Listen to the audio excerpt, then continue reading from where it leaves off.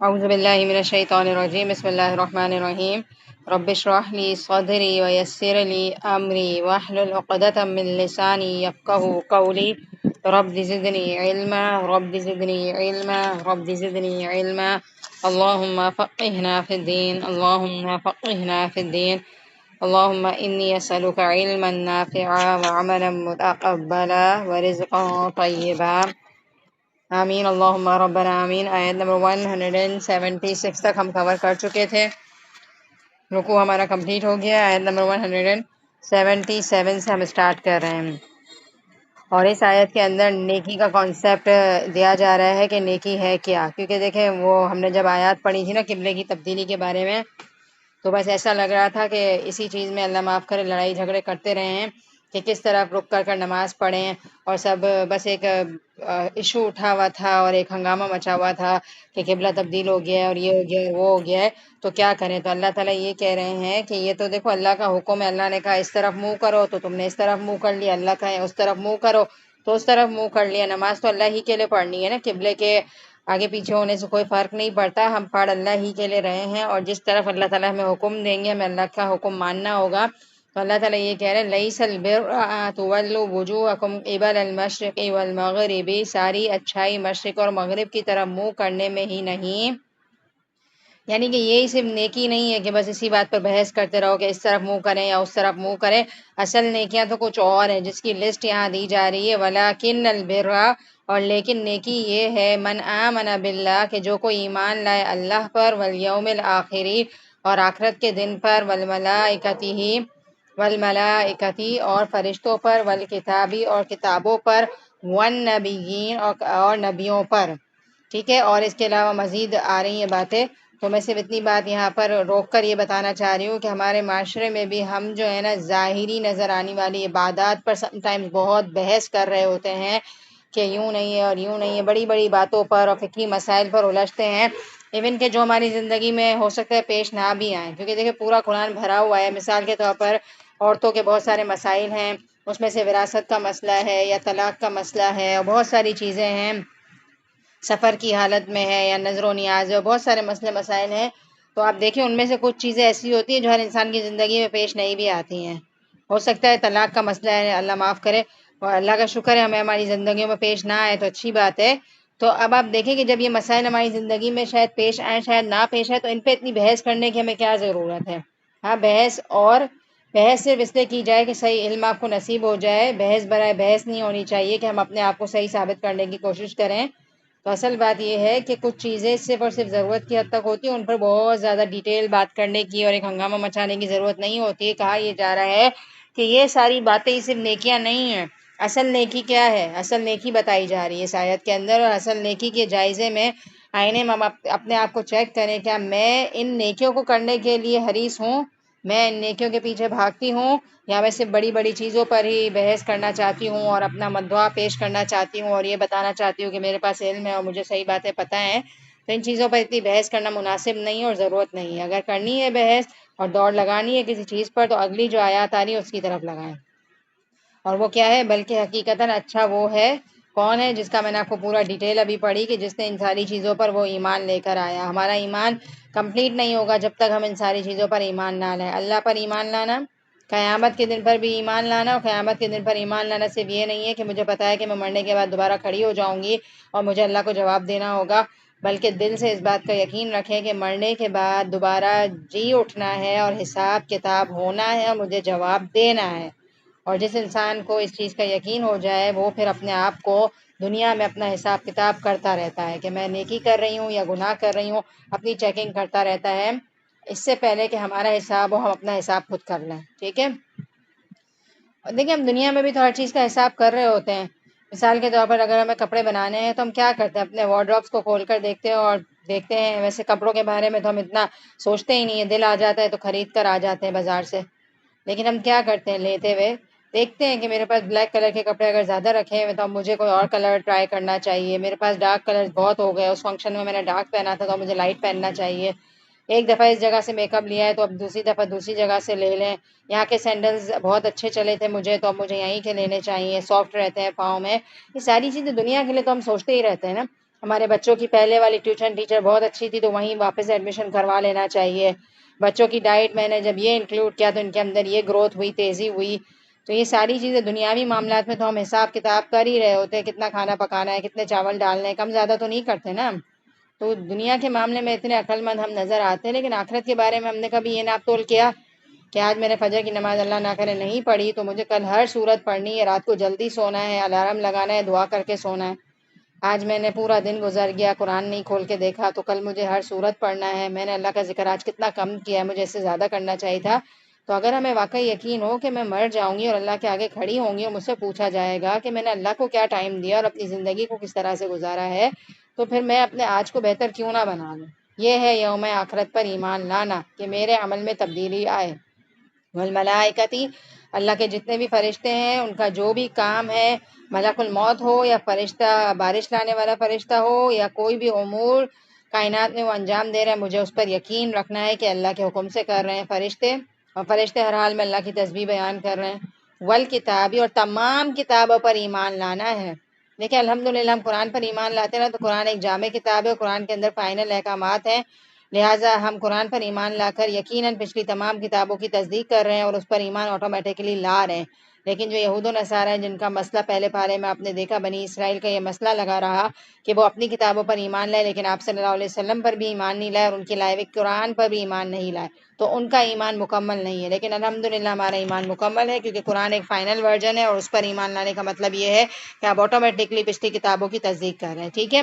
اور والنبیین، جتنے بھی نبی گزرے ہیں آپ صلی اللہ علیہ وسلم کے علاوہ، موسیٰ علیہ السلام، عیسیٰ علیہ السلام، زکریا علیہ السلام، یحییٰ علیہ السلام، یعقوب علیہ السلام، اور اوور آل جتنے بھی نبی گزرے ہیں ہم دن سے ان کو اللہ کا پیغمبر مانتے ہیں اور ان پر ایمان لاتے ہیں. رائٹ. تو یہ تھی ایمان کی باتیں کہ کس کس چیز پر انسان کو ایمان لانا چاہیے. یہ کمپلیٹ بات ہے اور ہمارا ایمان ان ساری چیزوں پر مکمل ہونا چاہیے. اس کے بعد ہم دیکھتے ہیں، موو فارورڈ کرتے ہیں. اس کے بعد ہمیں کن چیزوں پر ایمان لانا ہے.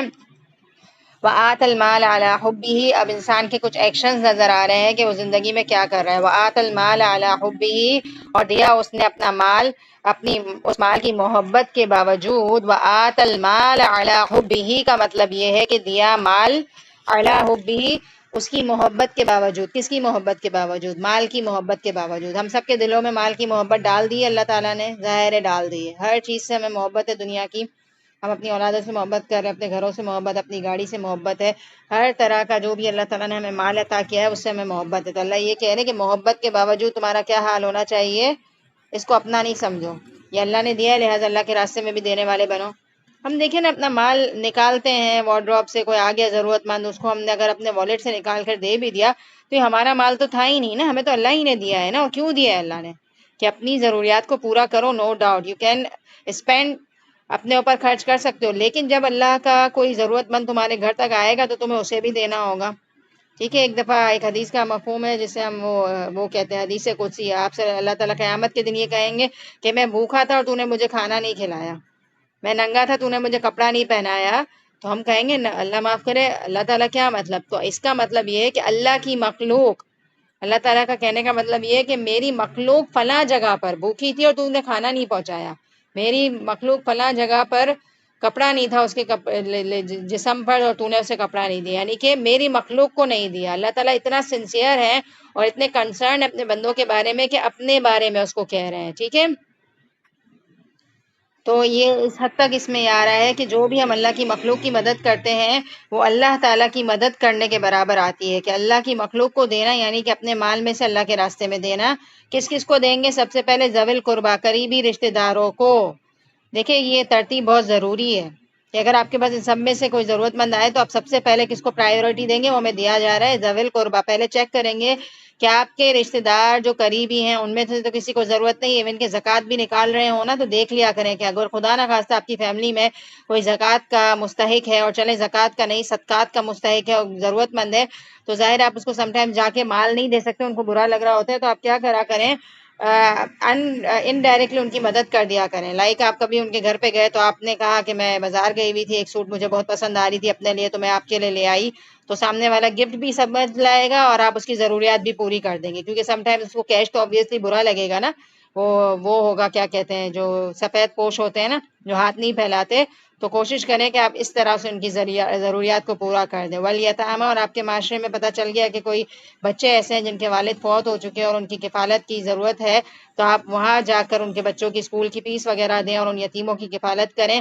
والمساکین، اور مسکین کون ہوتے ہیں؟ جو ہمارے معاشرے میں ایسے لوگ ہوتے ہیں، مثال کے طور پر ہماری ماسیاں ہوتی ہیں جو ہمارے گھروں پر آتی ہیں، جو اپنی ضروریات مشکل سے پورا کرتی ہیں، خواہشات تو دور کی بات ہے، تو ان پر اسپینڈ کریں. نارمل سیلری کے علاوہ ان کی ضروریات کا خیال رکھیں. اگر ان کے بچے اسکول جا رہے ہیں تو یونیفارم وغیرہ کی ذمہ داری لے سکتے ہیں، کورس کی ذمہ داری لے سکتے ہیں، اور ڈفرینٹ طریقے سے ان کو مالی مدد دے سکتے ہیں.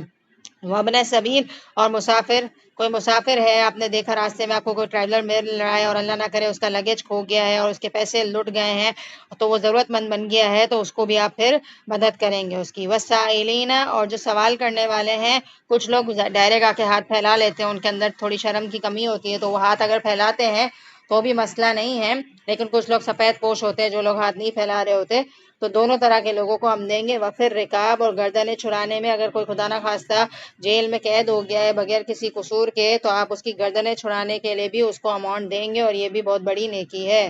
تو یہ سارے آپ نے ایکشنز دیکھ لیے. پہلے ایمان کی بات آئی کہ کن کن چیزوں پر ایمان لانا ہے، اور سیکنڈ میں یہ بتایا گیا کہ کہاں کہاں آپ اپنا مال اسپینڈ کریں گے، اور مال کی محبت اللہ نے آپ کے دل میں ڈال دی ہے. اور آپ دیکھیں نا کہ ہمیں محبت ہوگی اور پھر ہم نکالیں گے تو اجر ملے گا نا ہمیں. اگر محبت ہی نہ ہو تو پھر تو ہم سارا خرچ کر دیں گے. تو ہمارے دلوں میں ہے کہ نہیں ہے مال کی محبت؟ بہت زیادہ محبت ہے. یقین مانیں، صدقہ دینے کی کوشش کرتے ہیں تو اللہ معاف کرے 100 روپے پہ گزارا کر دیتے ہیں، اور کبھی کہیں جاتے ہیں اور کچھ پسند آتا ہے تو 1000 روپے کی چیز خرید کے گھر آ جاتے ہیں، اور ذرا بھی لحاظ نہیں کرتے کہ کیا کر رہے ہیں ہم.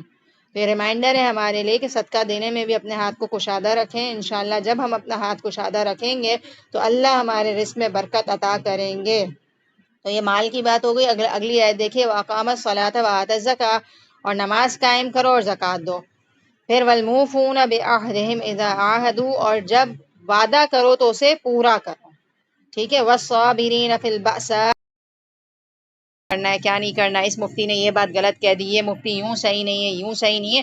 ان چیزوں سے باہر آ جائیں. آپ اس بات کو لے لیں جس پر آپ کا دل لگ جائے، کیونکہ فطرت کی آواز ہے قرآن کی آواز، کوئی الگ بات نہیں ہے.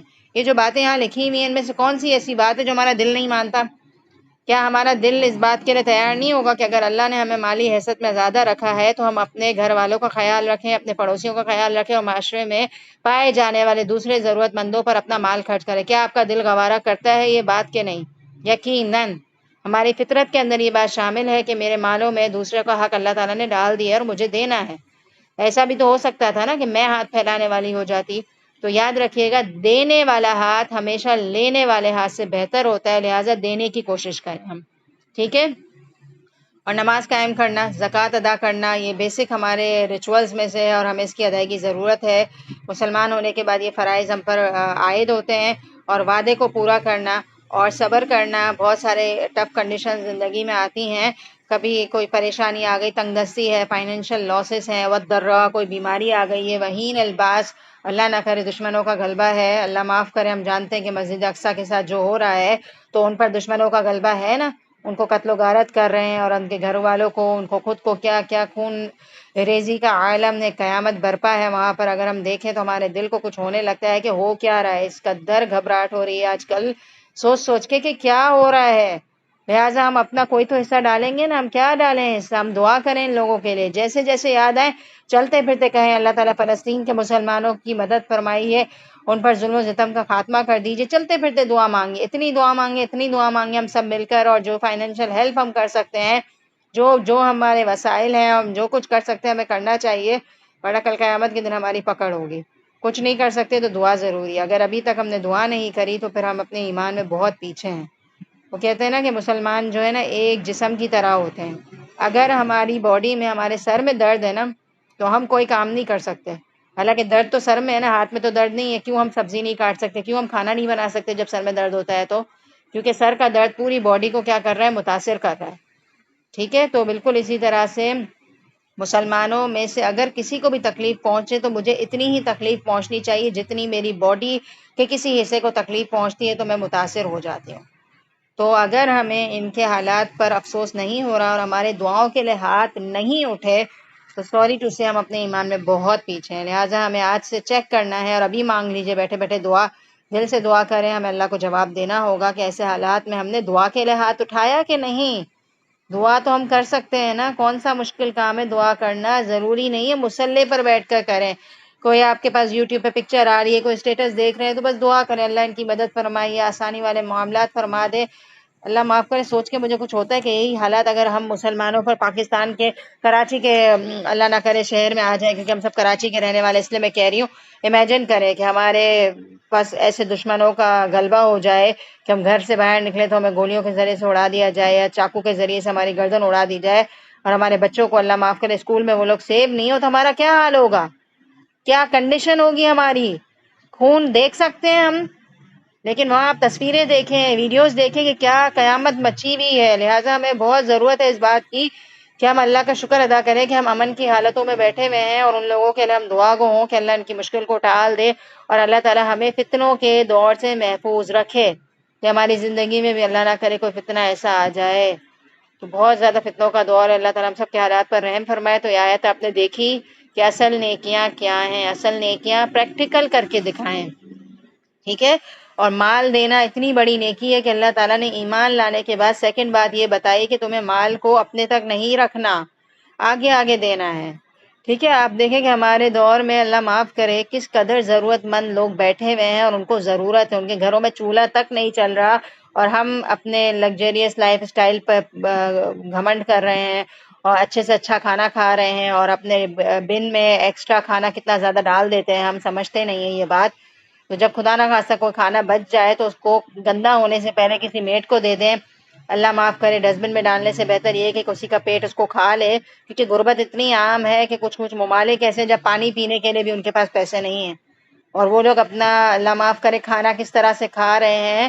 تو بہت ضرورت ہے کہ ہم اپنے مال کا انویسٹ صحیح جگہ پر کریں اور اس پر شکر گزار رہیں، اور اللہ کے دیے ہوئے مال کی بے حرمتی نہ کریں. تو جو لوگ اناج کو ضائع کرتے ہیں نا، وہ دھیان رکھیں اس چیز کا. اللہ تعالیٰ ہم سب کو توفیق دے کہ ہم چاول بھی بچوں کو کھلا رہے ہیں تو بس اتنا ہی ملا کر دیں جتنا وہ لوگ کھا لیتے ہیں، باقی پھر ہم ضائع نہ کریں. ہم کہتے ہیں مکس ہو گیا اب ضائع ہی کرنا پڑے گا، تو یہ طریقہ درست نہیں ہے. تھوڑا تھوڑا دیتے جائیں اور بچوں کی بھی ہیبٹ بنائیں، کیونکہ بچے بھی سم ٹائم مانتے نہیں ہیں، زبردستی بہت زیادہ لے کے بیٹھ جاتے ہیں، پھر کھاتے نہیں ہیں، پھر مکس ہوا ہم بھی نہیں کھا سکتے، ٹھنڈا ہو جاتا ہے، عجیب سا ہو جاتا ہے، پھر اللہ معاف کرے ہم بن میں ڈال دیتے ہیں. ماسیوں کے بھی کام نہیں آتا. تو بہت ضرورت ہے کہ اپنی زندگی کو بہت وائسلی، بہت سمجھداری کے ساتھ گزاریں، اور جس جگہ پر رزق کی بے حرمتی ہوتی ہے نا، وہاں سے رزق چلا جاتا ہے، پھر واپس نہیں آتا. تو ہم کوشش کریں ہم کھانا ضائع کرنے والوں میں سے نہ بنیں، اور اپنا مال جو ہے وہ صحیح جگہ پر ہم لگائیں، اور اللہ کا شکر گزار ہو جائیں کہ اللہ تعالیٰ نے ہمیں اتنی مہنگائی کے باوجود بھر بھر کر کھلایا ہے. لہٰذا ہمارا کام ہے کہ ہم اپنے مال میں سے بہت ڈھونڈ ڈھونڈ کر ان لوگوں کو ڈھونڈیں جو واقعی ضرورت مند ہیں، اور اللہ سے دعا ہے کہ اللہ تعالیٰ ہمارے مال کو ہم صحیح جگہ پر بانٹنے والے بن جائیں. اور زندگی میں اونچ نیچ آتی ہے، کبھی فائنینشیل لاس ہو جاتا ہے، کبھی آپ کی خواہشات پوری نہیں ہو رہی ہوتی، کبھی آپ کو بیماری آ جاتی ہے، کبھی دشمنوں کا دباؤ آ جاتا ہے، کبھی کوئی اور برڈن آ جاتا ہے، کبھی سوسائٹی کا برڈن ہے. تو ان ساری چیزوں میں آپ کو صبر سے کام لینا ہے، اور اللہ تعالیٰ کہہ رہے کہ ایسے لوگ سچے ہیں، اپنے وعدے میں سچے ہیں، اپنے ایمان لانے میں سچے ہیں، اور ایسے لوگ پرہیزگار ہیں.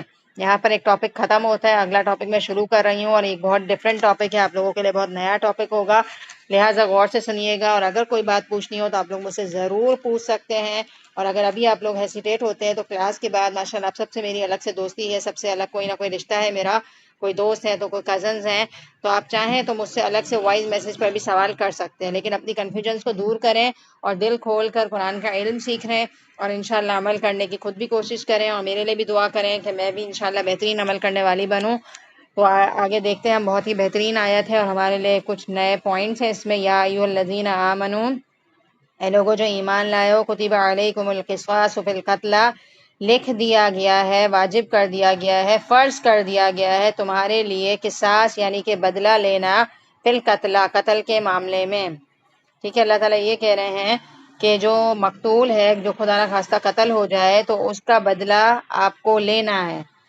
ٹھیک ہے. ہماری اللہ نہ کرے ہمارے ارد گرد میں سے لوگ، جیسے ہمارے گھر کا اللہ ہی نہ کرے کسی نے قتل کر دیا ہے، تو یہ بات واجب ہے کہ ہم اپنے مقتول کا بدلہ لے سکتے ہیں. لیکن انفارچونیٹلی ہمارے معاشرے میں اس سسٹم کو رائج نہیں کیا گیا ہے، اور آبویسلی اس پر عمل نہیں ہوتا. لیکن ہمیں قرآن کے لاز پر عمل کرنا ہے، اور اسی میں ہمارے لیے بہتری ہے. الحر بالحر آزاد کو آزاد کے بدلے قتل کیا جائے گا، والعبد بالعبد، اور غلام کو غلام کے بدلے قتل کیا جائے گا، والانثى بالانثى، اور عورت کو عورت کے بدلے قتل کیا جائے گا. یہ رول دیا جا رہا ہے. ٹھیک ہے. اب یہ اتنی انسٹرکشنز اس لیے آ رہی ہیں کہ اس دور میں ہوتا یہ تھا کہ کوئی آزاد کا قتل ہو گیا ہے تو اس کے بدلے غلام کو قتل کر دیا جاتا تھا. کسی قبیلے کا ایک شخص قتل کیا ہے تو وہ بدلے میں غصے میں آ کر سامنے والے پورے قتل کو، قبیلے کو ختم کر دیتا تھا. تو ظلم و زیادتی بہت زیادہ عام تھی اور قتل و غارت گری عام تھی. تو یہ اللہ تعالیٰ نے حکم نازل کیا تاکہ قتل کا ریشو کم ہو جائے. تو آج کے دور میں اللہ معاف کرے ہم اس چیز پر عمل نہیں کرتے اور قرآنی تعلیمات کو عمل میں نہیں لایا جا سکتا. اسی لیے انسانی جان کی کوئی حرمت نہیں ہے. جب دل چاہ رہا ہے کوئی ڈاکو آ رہا ہے اور ایک گن سے 5-6 مجرم جاننے والوں کو ایسے ہی قتل کر کے چلا جاتا ہے اور ہمیں پتہ بھی نہیں چلتا کہ قاتل کون ہے. کہاں یہ کہ ہمیں پتہ چلے، اور پتہ چل بھی جائے تو بدلہ لینا تو پاسبل ہی نہیں ہے، کیونکہ ہم قرآن کے حکم پر عمل نہیں کرتے. اور قرآن کے حکم پر عمل حکومت کے طور پر حکومت ہی کر سکتی ہے. اگر حکومت کوئی کیا کہتے ہیں پراپر نظام قائم کرے تو بہت کچھ ممکن ہے، لیکن انفارچونیٹلی یہ ساری چیزیں ہم عام نہیں کر رہے، لہٰذا ہمیں عام کرنے کی ضرورت ہے، ہمیں رائج کرنے کی ضرورت ہے. فمن عفی لہ من اخیہ شیء فاتباع بالمعروف واداء الیہ باحسان. ہاں، جس کسی کو اس کے بھائی کی طرف سے کچھ معافی دے دی جائے، اسے بھلائی کی اتباع کرنی چاہیے اور آسانی کے ساتھ دیت ادا کرنی چاہیے. یعنی کہ نمبر 1 تو یہ ہے کہ جس کا قتل ہو گیا ہے اس کے قاتل کو ختم کر دیا جائے یا اس کا قتل کر دیا جائے. ٹھیک ہے. لیکن اگر یہ پاسبل نہ ہو، مطلب ایک رخصت دی جا رہی ہے. یہ سیکنڈ آپشن یہ ہے کہ اگر قتل کے بدلے قتل نہیں، یعنی کہ خون کے بدلے خون نہیں، تو خون کی رقم دی جائے، اور خون کی رقم کو کہتے ہیں دیت. ٹھیک ہے. یہ تخفیف ہے تمہارے رب کی طرف سے اور رحمت ہے. یہ تخفیف دی اللہ تعالیٰ نے کہ ہلکا کر دیا، کیونکہ قتل کے بدلے قتل کرنا یعنی کہ ایک انسان کے بدلے سامنے والے انسان کو ختم کر دینا، یہ ایک ظاہر سی بات ہے مشکل چیز تھی. تو اللہ تعالیٰ نے تھوڑے سا ہلکا کر دیا اور کہا کہ اگر خون کے بدلے خون نہیں تو خون کے بدلے فیملی سے سامنے والی آپ خون کی قیمت بھی لے سکتے ہو، جو ہر دور میں مختلف ہو سکتی ہے. اور ہم جس دور میں رہ رہے ہیں اس دور میں مفتی کرام سے پوچھ کر فتویٰ لیں گے کہ کیا رقم ہوگی اور پھر وہ ادا کریں گے. فَمَنِ اعْتَدَىٰ بَعْدَ ذَلِكَ فَلَهُ عَذَابٌ عَلِيمٌ. تو یہ اللہ کا ایک رول ہے، اور اس کے بعد کوئی بھی زیادتی کرے گا تو اس کے لیے دردناک عذاب ہے. زیادتی کیا؟ کہ پہلے تو سامنے والے نے خون کی رقم لے لی، یعنی کہ دیت لے لی، اور جب دیت دے دی انہوں نے تو پھر کیا کرا، دیت دینے کے بعد سامنے والے کو ختم بھی کر دیا، یعنی کہ پیسے بھی لے لیے اور جان بھی لے لی. تو یہ طریقہ درست نہیں ہے. اگر آپ نے پیسے لے لیے تو پھر آپ قتل نہیں کر سکتے. وَلَكُمْ فِي الْقِصَاصِ حَيَاةٌ يَا أُولِي الْأَلْبَابِ لَعَلَّكُمْ تَتَّقُونَ. عقل مندوں، قصاص لینے میں تمہارے لیے زندگی ہے اگر تم پرہیزگار ہو جاؤ. قصاص لینے میں کیا زندگی ہے؟ یعنی کہ ان شارٹ اللہ تعالیٰ یہ کہہ رہے ہیں بدلہ لینے میں تمہارے لیے زندگی ہے. اے عقل والو، بدلہ لینے میں کیسی زندگی ہے کہ آپ جا کر جس قاتل کو، جس نے قتل کیا اس کو جا کے ختم کر دے، تو یہ تو ایک اور انسان مر جائے گا، اس میں زندگی کیسے ہے؟ ہاں بالکل زندگی ہے. پتہ ہے کیسے؟ کہ اگر قاتل کو یہ پتہ چل جائے کہ میں نے گولی چلائی ہے تو میرا بھی قتل ہو جائے گا، تو وہ کیا کرے گا؟ جرم سے باز آ جائے گا، اور ایک بڑی تعداد میں مسلمانوں کے خون کی حفاظت ہو جائے گی. اس سینس میں اللہ تعالیٰ یہ کہہ رہے ہیں کہ اگر تم اللہ کے رولز کو امپلیمنٹ کرو تو تمہارے لیے اس میں خیر ہی خیر ہے. قتل کا ریشو ہی ختم ہو جائے گا. وہ کہتے ہیں نا کہ چوری کرنے والے کی سزا پتہ ہے کیا ہے؟ اس کا ہاتھ کاٹ دیا جائے، چھٹے پارے میں آتا ہے. لیکن ہمارے یہاں تو ظاہر قانون رواج نہیں ہوتا ہے، لیکن سعودی کنٹریز میں، سعودی حکومت میں یہ چیز ہوتی ہے کہ اگر کسی نے چوری، خلاصہ یہ ہے کہ اگر کسی سے کوئی شخص قتل ہو جائے، کوئی مقتول ہے، تو وہ کیا کریں گے؟ مقتول کے گھر والے قاتل کے گھر پر جائیں گے اور کیا کہیں گے؟ یا تو قاتل کو قتل کر دیں گے، یا اگر ان کی میوچل انڈرسٹینڈنگ سے یہ فیصلہ ہوا ہے کہ قتل نہ کریں آپ ہمیں، ہمارے اس کے بدلے آپ ہم سے رقم لے لیں، اور کچھ بھی رقم سیٹ ہوتی ہے ان کے درمیان، جتنی بھی ہوتی ہے لاکھوں میں یا جو بھی، تو وہ اماؤنٹ لے لیں. ٹھیک ہے. اور اماؤنٹ لینے کے بعد جو مقتول کے گھر والے ان کو یہ چاہیے کہ وہ گھر چلے جائیں اور اب کوئی ظلم نہ کرے، بات کو یہیں رفع دفع کر لیں. ایسا نہ کریں کہ تھوڑے ٹائم بعد جا کے پھر اس کو بھی قتل کر دے، چین نہ آ رہا ہو، وہ اپنا عزیز یاد آ رہا ہو جو دنیا سے چلا گیا ہے، پھر بدلہ لینے کے لیے جا کے اس کو قتل بھی کر آئے، تو یہ زیادتی ہوگی. ٹھیک ہے. تو یہ اللہ تعالیٰ کی طرف سے آپشنز ہیں. اور ایک اور آپشن بھی آتا ہے، وہ یہ ہے کہ اگر آپ کو سامنے والا معاف کر دے تو پھر آپ کی معافی ہے. اور اللہ تعالیٰ نے یہ آپشن بھی رکھا ہے اور انسان کو یہی سکھایا ہے کہ معافی کو پریفر کرو. کافی ساری چیزوں میں اللہ تعالیٰ نے معافی کا آپشن بھی رکھا ہے کہ معاف بھی کر سکتے ہیں ایک دوسرے کو. اگر سامنے والا آپ کو دل سے معاف کرتا ہے اور آپ سے اللہ معاف کرے جانے انجانے میں قتل ہو گیا ہے تو پھر ایسی صورت میں آپ معافی کو قبول کر لیں اور اللہ سے بھی توبہ کریں کہ اللہ تعالیٰ آپ کو معاف کر دے اور آئندہ اس جرم سے بچا لے. ٹھیک ہے. اب نیکسٹ ٹاپک آ رہا ہے. ایکچولی آج ہے نا کچھ فقہی مسائل کو زیادہ ہی آ رہے ہیں ایک ساتھ. اب دوسرا ٹاپک آ رہا ہے اس کو بھی سمجھیے. یہ ٹاپک مجھے امید ہے آپ کو کلیئر ہو گیا ہوگا. اب ایک اور ٹاپک آ رہا ہے وہ ہے وراثت کا. ٹھیک ہے. وصیت کا. وصیت کیا ہوتی ہے پتہ ہے؟ کوئی شخص مر رہا ہو نا تو وہ مرتے ہوئے ہی اپنی زندگی میں اپنے مال کا 1/3 حصہ وصیت کر سکتا ہے. ٹھیک ہے. لیکن یہ جو وصیت تھی نا یہ وراثت کی آیتیں جو چوتھے پارے میں آتی ہیں اس سے پہلے کی باتیں تھیں. لیکن اب جو ہے نا یہ ساری چیزیں منسوخ ہو گئی ہیں اور ٹوٹل فائنل آیات چوتھے پارے میں انشاءاللہ آئیں گی سورہ نساء میں. اس میں آپ کو زیادہ سمجھ آ جائے گا. ابھی بہت چھوٹی آیت آ رہی ہے تو اسے تھوڑا سا آپ سن لیجئے. لیکن وقت کے ساتھ قرآن کا یہی رول ہے کہ کہیں شارٹ آیت آتی ہے کہیں ڈیٹیل میں آتی ہے. تو جب ڈیٹیل میں آئے گی تو آپ کے سارے مسئلے مسائل کلیئر ہو جائیں گے. تو ابھی میں شارٹ آیت پڑھ رہی ہوں اور جتنا ایکسپلین ہو سکتا ہے یہاں کروں گی. باقی پھر انشاءاللہ سورہ نساء میں ہم پڑھیں گے. کتب علیکم فرض کیا گیا ہے تم پر اذا حضر جب حاضر ہو جائے احدکم تم میں سے کسی ایک کو الموت موت ان ترک خیرا الوصیۃ اگر وہ چھوڑ جائے مال تو وصیت کر دے للوالدین والاقربین بالمعروف والدین کے لیے اور قریبی رشتہ داروں کے لیے معروف طریقے سے حقا علی المتقین یہ حق ہے پرہیزگاروں کے لیے. یعنی کہ اس آیت میں یہ بتایا جا رہا ہے وصیت کرنے کا یہ حکم آیت مواریث کے نزول سے پہلے دیا گیا تھا. اب یہ منسوخ ہے. نبی کریم صلی اللہ علیہ وسلم کا فرمان ہے کہ اللہ تعالیٰ نے ہر حق والے کو اس کا حق دے دیا ہے یعنی ورثہ کے حصے مقرر کر دیے ہیں. بس اب کسی وراثت کے لیے وصیت کرنا جائز نہیں. البتہ اب ایسے رشتہ داروں کے لیے وصیت کی جا سکتی ہے جو وارث نہ ہوں یا رائے خیر میں خرچ کرنے کے لیے کی جا سکتی ہے اور اس کی زیادہ سے زیادہ حد ثلث یعنی کہ 1/3 مال ہے. اس سے زیادہ کی وصیت نہیں کی جا سکتی. یعنی کہ آپ کے مال میں جو آلریڈی اللہ تعالیٰ نے وہ حقدار بتا دیے نا جیسے اللہ نہ کرے والدین ہیں تو ان کے حقدار کون ہوں گے؟ اولاد ہوگی. اگر بیٹا ہے تو اس کو ڈبل مال ملتا ہے, بیٹی ہے تو اس کو سنگل مال ملتا ہے, اور اس کے علاوہ بیوی ہے اور یہ ساری چیزیں ہیں. تو یہ اللہ نے تقسیم بتا دی ہے. ٹھیک ہے. لیکن اگر کوئی آدمی مر رہا ہے اور وہ اپنی زندگی میں یہ کہے کہ میں اپنا مال کوئی ویلفیئر کے کام میں یا چیریٹی کے کام میں خرچ کرنا چاہتا ہوں تو وہ اپنے مال کا 1/3 حصہ نکال کر اس چیز کے لیے لگا کر جا سکتا ہے. لیکن 1/3 سے زیادہ نہیں ہوگا. ایسا نہ ہو کہ وہ بستر پر کہے کہ میں اپنا سارا مال ہی صدقہ کرتا ہوں, تو یہ نہیں کر سکتا وہ. یہ اللہ تعالیٰ نے دیکھے کتنا زبردست سسٹم رکھا ہے. ورنہ ہو سکتا ہے مرنے والا سارا مال ہی صدقہ کر دے, لیکن اللہ تعالیٰ نے اولاد کا بھی حق رکھا ہے. اس لیے یہ بتایا گیا ہے کہ تم 1/3 مال اپنے مال کا صرف 1/3 حصہ 1/3 ٹوٹل آپ کی جو بھی ویلیو ہے مال کی اس کو 1/3 سے ڈیوائڈ کریں گے اور جو اماؤنٹ آئے گی وہ آپ صدقہ خیرات کر سکتے ہو اور ان رشتہ داروں کو یا ان دوستوں کو دے سکتے ہو جو آپ کے وراثت کے حقدار نہیں ہیں. لیکن لمٹ اللہ تعالیٰ نے اس لیے بتائی ہے تاکہ اولاد کے حق میں کوئی کمی نہ ہو جائے. ٹھیک ہے. یہ دیکھیں کتنا زبردست اللہ تعالیٰ نے سسٹم رکھا ہے. ورنہ انسان کی کوئی لمٹ ہی نہیں ہوتی, وہ جتنا دل چاہتا دے دیتا.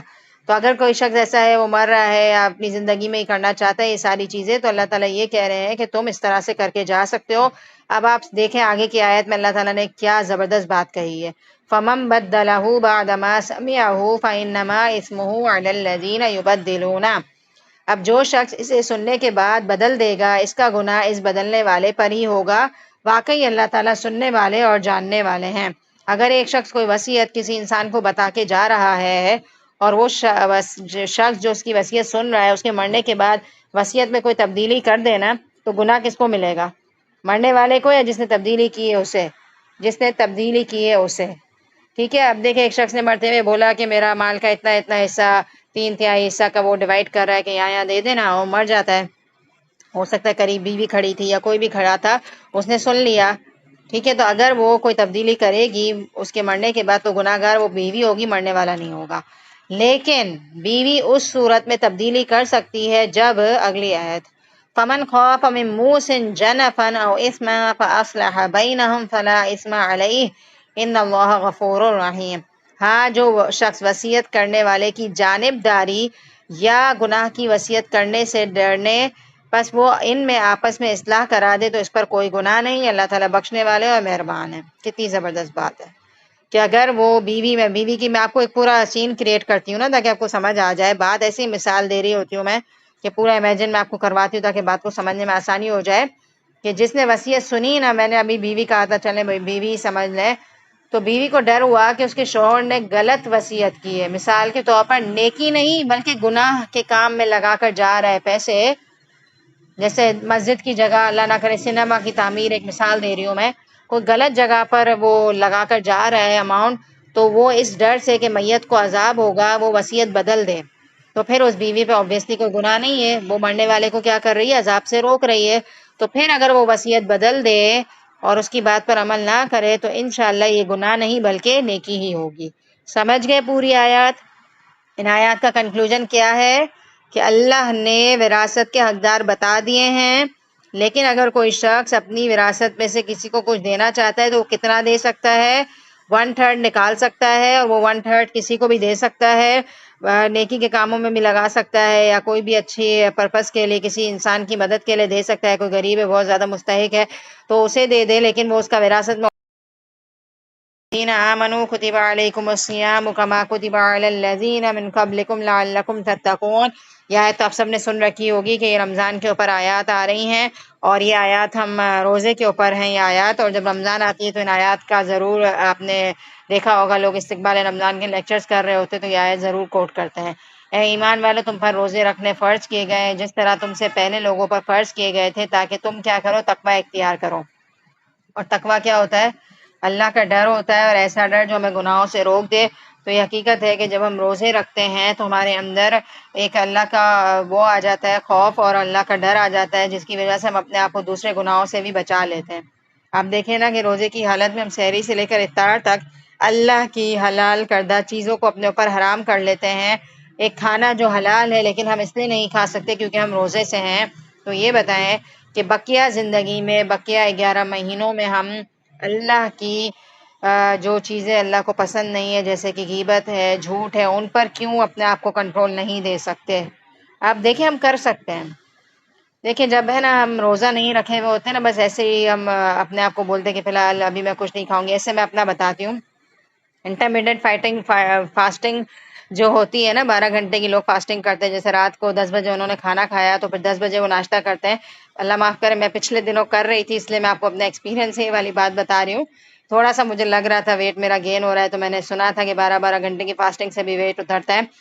تو یقین مانے جب میں وہ کر رہی تھی تو جیسے منڈے کی رات کو کیا، پھر تھرسڈے کو تو میں نے روزہ ہی رکھ لیا، تو منڈے کی رات کو کیا، دوسرے دن تک آپ کو پھر وہ رہنا ہے، تو یقین مانے ہم کچن میں جاتے ہیں نا، ہم کچھ نہ کچھ کھا لیتے ہیں، مطلب بچے کو کچھ دے رہے ہیں تو ہمارا ہلکا سا ٹچ ہو ہی جاتا ہے، یا پانی کی تو پیاس لگتی ہے، پانی تھوڑا بہت پی سکتے ہیں آپ ان 12 گھنٹوں میں، تو وہ تو انسان پیتا ہے۔ تو میں واقعی یہ سوچ رہی تھی، پھر تھرسڈے کو میں نے روزہ رکھا تو میں نے یہی سوچا جو روزہ روک دیتا ہے نا ہمیں، اس سے زیادہ کسی میں طاقت ہی نہیں ہے کہ کوئی اور چیز ہمیں روکے۔ روزے کے اندر ایک نیچرل طاقت یہ ہے کہ آپ افطار کے سے لے کر سحری سے لے کر افطار تک آپ کچھ ڈالتے ہی نہیں ہیں منہ میں، obviously بائی مسٹیک بھی اگر کبھی ہو جائے تو بہت حیران ہو جاتے ہیں کہ کیا ہو گیا، فوراً سے آپ کلی کر لیتے ہیں کہ کوئی چیز اندر جائے ہی نہ۔ تو یہ اللہ کا سسٹم ہے، کتنی حیرانگی ہوتی ہے ہمیں۔ اور باقی رات بھر ہمیں بھوک بھی لگتی رہتی ہے، لیکن روزے کی حالت میں بھوک نہیں لگتی، ہاں مانا پیاس کبھی کبھی لگتی ہے، بس وہ بھی ایک لمٹ میں ہوتی ہے، لیکن اتنی جن سے انسان برداشت کر سکتا ہے۔ تو یہ بتانے کا مقصد ہے کہ روزہ انسان سے واقعی کھانا پینا روک دیتا ہے، تو کیوں نہ ہم اپنی زندگی میں، اور آپ دیکھیں کہ ہم جب کھانا دیکھتے ہیں نا تو ہمیں حیرت ہوتی ہے کہ یہ کھانا دیکھ کر میں نے کیسے کنٹرول کر لیا، تو میرا فیوریٹ کھانا ہے، مطلب آپ کے سامنے کوئی پیزا رکھ دے، کوئی برگر رکھ دے، کوئی آپ کی فیوریٹ چیز رکھ دے، بچہ کھا رہا ہے دوپہر میں، لو تو بھی آپ نہیں لیں گے منہ میں۔ لیکن ہم جب دنیا کی زندگی گزار رہے ہوتے ہیں تو ہمیں غیبت میں بڑا یمی لگ رہی ہوتی ہے، غیبت ڈیلیشیس لگ رہی ہوتی ہے، میں اس لیے ڈیلیشیس اور یمی کا لفظ یوز کر رہی ہوں کہ کھانا کس طرح سے مزیدار اور مرغوب لگتا ہے نا، بالکل اسی طرح سے چٹپٹ ہی لگ رہی ہوتی ہے، بالکل ایسا لگتا ہے منہ میں پانی آ رہا ہے، کسی کی غیبت سن رہے ہیں تو ہم بھی ساتھ پارٹیسپیٹ کر لیتے ہیں۔ تو ہم کنٹرول نہیں کر سکتے اپنے آپ پر، ہم کر سکتے ہیں۔ ہم ایک دفعہ کنٹرول کریں گے ہمارے اندر قوت آئے گی، دوسری دفعہ کنٹرول کریں گے اور قوت آئے گی، تیسری دفعہ کریں گے اور قوت آئے گی۔ 40 دن تک اگر آپ کوئی غلط کام سے اپنے آپ کو روک لیں، شیطان چلا جائے گا، نہیں آئے گا۔ کوئی نماز پڑھنی ہے، کوئی کسی چیز کی عادت بنانی ہے، 40 دن اٹھے فجر کے لیے، 41ویں دن شیطان آپ کے پاس سے ہٹ کے کسی اور کے پاس چلا جائے گا، شیطان سوچے گا اب اس کو فائدہ نہیں ہے تو میرے ہاتھ سے نکل گیا۔ لیکن ہمارا کیا حال ہے، استقامت نہیں ہے ہمارے اندر، 1-2 دن چھوڑتے ہیں کوئی بھی چیز، پھر واپس کرنے لگ جاتے ہیں، پھر چھوڑتے ہیں، پھر کرنے لگ جاتے ہیں۔ تو اللہ تعالیٰ یہ کہہ رہے ہیں کہ اے ایمان والو، روزے اس لیے رکھوائے گئے ہیں تاکہ تمہارے اندر تقویٰ آ جائے، اور تقویٰ کیا ہے، خدا خوفی آ جائے۔ باقی زندگی تم اپنے آپ کو اللہ کے ڈر سے گناہوں سے بچا سکو۔ ایام معدودات، یہ روزے جو ہیں یہ گنتی کے چند دن آپ کو رکھنے ہوتے ہیں، صرف رمضان کا مہینہ ہوتا ہے، پورا سال نہیں رکھنے، بس یہ 30 دن ہماری ٹریننگ ہو جاتی ہے کہ ہم پورا سال اپنے آپ پر کنٹرول کریں۔ فمن کان منکم مریضا او علی سفر فعدۃ من ایام اخر، تو آپ میں سے جو کوئی مریض ہے یعنی کہ بیمار ہے یا سفر کی حالت میں ہے تو وہ دوسرے دنوں میں گنتی پوری کر لیں۔ تو خدا نہ خواستہ کوئی ایسا مریض ہے جو روزہ رکھنے سے مزید بیمار ہو سکتا ہے یا سفر کی حالت ہے، لمبا سفر ہے اور آپ نہیں رکھ سکتے، تو پھر آپ اس وقت نہ رکھیں، لیکن گھر آ کر اپنی گنتی کو پورا کریں گے، ٹھیک ہے، یعنی کہ قضا روزے رکھنے ہیں۔ اور اب آپ یہ بھی دیکھیں کہ نماز کی قضا نہیں ہوتی ہے، حیض کی حالت میں بھی جو ہماری نمازیں جاتی ہیں اس کی قضا نہیں ہوتی ہے، لیکن روزے کی قضا اللہ تعالیٰ نے رکھی ہے، اور یہ بات ہم سب کو پتہ ہونی چاہیے، اور یقیناً پتہ ہے، لیکن ہم وہی اپنی زندگی میں پیریڈز کی حالت میں اللہ معاف کرے نماز روزے چھوڑتے جاتے ہیں اور سال پہ سال گزر جاتے ہیں اور قضا نہیں دیتے۔ تو ایک سال سے لے کر دوسرے سال تک قضا ضرور کر لیا کریں۔ اور یہ سردی کے دن آ رہے ہیں جو کہ یقین مانے بہت چھوٹے، ابھی میں نے تھرسڈے کے روزے کا تذکرہ کیا آپ لوگوں کے سامنے، تو الحمدللہ نفلی ہی رکھا تھا میں نے، کوئی قضا نہیں تھا میرا الحمدللہ۔ تو کیا ہے کہ بہت ہی چھوٹے روزے ہیں، بہت انجوائے کریں گے آپ ان روزوں کو، پتہ بھی نہیں چلے گا کب اذان ہو جائے گی، آپ اثر پڑھ کے ادھر ادھر بس کچن میں جائیں گے اور اذان ہو جاتی ہے، مطلب بہت شارٹ روزے ہیں۔ تو میں یہ سجیسٹ کروں گی کہ پیر اور جمعرات والے دن سنت طریقہ ہے روزہ رکھنا، تو اگر آپ میں سے کسی کے روزے قضا باقی ہیں تو پلیز اس کی قضا اگلی رمضان آنے سے پہلے کر لیں، اور یہ بیسٹ ڈیز ہیں، بیسٹ۔ اور ابھی تو وقت کے ساتھ ساتھ اور پیچھے جا رہی ہے، پورے 6 بجے سے پہلے بھی اذان ہو جاتی ہے، آج کل میں نے کل دیکھا ٹائم 5:58 ہو گیا ہے، اور رکھتے کب ہے روزہ، سحری کب ہے، 5 بج کر تقریباً 18 منٹ پر۔ تو اتنا چھوٹا روزہ ہے اور ماشاءاللہ موسم بھی اتنا بہترین ہے کہ پیاس نہیں لگے گی، لہٰذا میں ریکویسٹ کروں گی آپ لوگوں سے کہ اگر قضا روزے باقی ہیں تو اس کو ضرور ادا کریں، اس کا فرض کی طرح ثواب ہوگا اور بہت بڑا گناہ ہے اس کو چھوڑنا، ٹھیک ہے۔ وَعَلَى الَّذِينَ يُطِيقُونَهُ فِدْيَةٌ طَعَامُ مِسْكِين، اور اگر کسی کو ایسا لگتا ہے کہ وہ طاقت رکھتا ہی نہیں ہے روزے رکھنے کی، مثال کے طور پر کوئی ایسا پرماننٹ بوڑھا ہے جو روزے رکھ ہی نہیں سکے گا مزید اور قضا بھی نہیں کر سکے گا، کوئی اس کے ہے ہی نہیں چانسز، تو کیا کرنا ہوگا، فِدْيَةٌ طَعَامُ مِسْكِين، فدیہ دینا ہوگا، مسکین کا کھانا کھلانا۔ اب یہ کتنا فدیہ ہے وہ حدیث کی روح سے ہم چیک کریں گے کہ کتنا فدیہ ہوگا، ایک روزے کا کتنا ہوگا، اور پھر ہم وہ نکالیں گے، اور یہاں پر آ رہا ہے مسکین کا کھانا کھلانا، ایک مسکین کا کھانا کھلانا آ رہا ہے، تو ایسا لگ رہا ہے کہ ایک روزہ چھوڑیں گے تو ایک مسکین کو کھانا کھلانا ہے، کتنا کھانا کھلانا ہوگا جس سے اس کا پیٹ بھر جائے۔ فمن تطوع خیرا فهو خیر اللہ، اور جو کوئی خوشی سے کرے کوئی بھی نیکی تو وہ اسی کے لیے بہتر ہے، اور اگر تم روزے رکھو تو وہ تمہارے لیے بہتر ہے اگر تم جانو۔ ان دا اینڈ اللہ تعالیٰ یہ کہہ رہے ہیں روزے رکھنے کا آپشن بہرحال بہتر ہے، فدیے کی طرف سیکنڈری طرف آپ جاؤ، لیکن پوری کوشش یہ رکھو کہ آپ کو روزے رکھنا ہے۔ ایون کہ اللہ معاف کرے ہم خواتین کیا کرتی ہیں، اگر کسی کی ڈلیوری یعنی کہ بچہ پیدا ہوا ہے رمضان کے مہینے میں، اللہ نہ کرے میرا مطلب اس سینس میں نہیں ہے، خوشی کی بات ہے، لیکن اگر کسی کا رمضان کے پہلے ویک میں بچہ ڈلیور ہو اور اس کی نفاس کی حالت ہو تو تقریباً 25 روزے چلے جاتے ہیں اس کے، تو بتائیں وہ قضا کرتی ہے کہ نہیں کرتی؟ تو آپ لوگ جو یہاں بیٹھے ہوئے اپنے آپ کو چیک کر لیں کہ آپ کی ڈلیوریز کب ہوئی تھیں، اگر رمضان میں ہوئی ہیں تو رمضان کے کیا روزے قضا کر لیے ہیں؟ اور اسی طرح پیریڈس تو ہر کسی کو obviously ہوتے ہیں، 7 روزے جاتے ہیں، 7 8 جتنے بھی، تو کیا آپ پوچھیں اپنے آپ سے قضا کر چکے؟ تو ضرور قضا کریں، اور یہ فرض کے حد تک آئے گا، لہٰذا اس کام کو ہمیں ہر صورت کرنا ہے۔ شہر رمضان الذی انزل فیہ القرآن ھدی للناس وبینات من الھدی والفرقان، ماہ رمضان وہ مہینہ ہے جس میں قرآن نازل کیا گیا جو لوگوں کو ہدایت دینے والا ہے، اور جس میں ہدایت کی اور حق و باطل کی تمیز کی نشانیاں ہیں۔ تم میں سے جو شخص اس مہینے کو پائے اسے روزے رکھنے چاہیے، ہاں جو بیمار ہو یا مسافر ہو اسے دوسرے دنوں میں یہ گنتی پوری کرنی چاہیے۔ یہ پیچھے والی آیت واپس ریپیٹ ہو رہی ہے، اس سے آپ اندازہ کر لیں کہ کتنی امپورٹنٹ بات ہے، اللہ تعالیٰ نے 2 دفعہ کہی ہے، سوچیں یہ والی بات 2 دفعہ آئی کہ باقی دنوں میں گنتی پوری کرو۔ اور یہاں جو مریض کا لفظ آ رہا ہے نا اس میں ہم عورتیں ہی مریض ہیں، ہم کیا مریض ہیں، ہم حیض کے مریض ہو جاتے ہیں نا، ایک طریقے سے بیمار ہو جاتے ہیں نا، بیماری ہی ہے نا یہ بھی، حیض کی جو حالت ہوتی ہے چڑچڑاپن ہوتا ہے، باڈی میں پین ہو رہا ہوتا ہے، تو ایک طریقے سے بیمار ہوتے ہیں نا، تو اس لیے یہاں حیض بھی مراد ہے، ٹھیک ہے۔ اللہ تعالیٰ کا ارادہ تمہارے ساتھ آسانی کا ہے، سختی کا نہیں۔ اب ہم کہیں اللہ نے سختی کر دی، بھائی میں تو بیمار ہوں، مجھے تو پیریڈز ہو گیا، میں کیسے رکھوں روزہ، میں کیسے گنتی پوری کروں؟ آپ یہ بتائیں جو انسان پورا مہینہ رمضان کے روزے رکھ سکتا ہے کیا وہ پورے سال میں 7 روزے کی قضا نہیں دے سکتا؟ یقیناً دے سکتا ہے، تو یہ اللہ کی نرمی ہے، سختی نہیں ہے۔ وہ چاہتا ہے کہ تم گنتی پوری کر لو، اللہ تعالیٰ چاہتے ہیں کہ تمہاری بھی گنتی پوری ہو، ایسا نہ ہو کہ تمہاری گنتی پوری نہ ہو، اور اللہ تعالیٰ کی دی ہوئی ہدایت پر اس کی بڑائی بیان کرو اور اس کا شکر ادا کرو۔ یہ ساری رخصتیں، سارے نظامات ہمارے لیے ہیں اور ہمارے فائدے کے لیے، لہٰذا ہم کیا کریں؟ اپنے اللہ کی بڑائی بیان کریں۔ اور یہ جو میں نے یہ فاسٹنگ کا بتایا نا، 12 گھنٹے کی جو فاسٹنگ ہوتی ہے، تو پھر میں نے سرچ بھی کیا تھا کیونکہ پانی کی پیاس لگ رہی تھی مجھے، تو میں نے سرچ کیا تھا کہ پانی پی سکتے ہیں کہ نہیں، تو لکھا ہوا تھا تھوڑا تھوڑا پانی، بہت زیادہ نہیں پیو گے آپ، اتنا پیو گے جس سے آپ کی پیاس بجھ جائے۔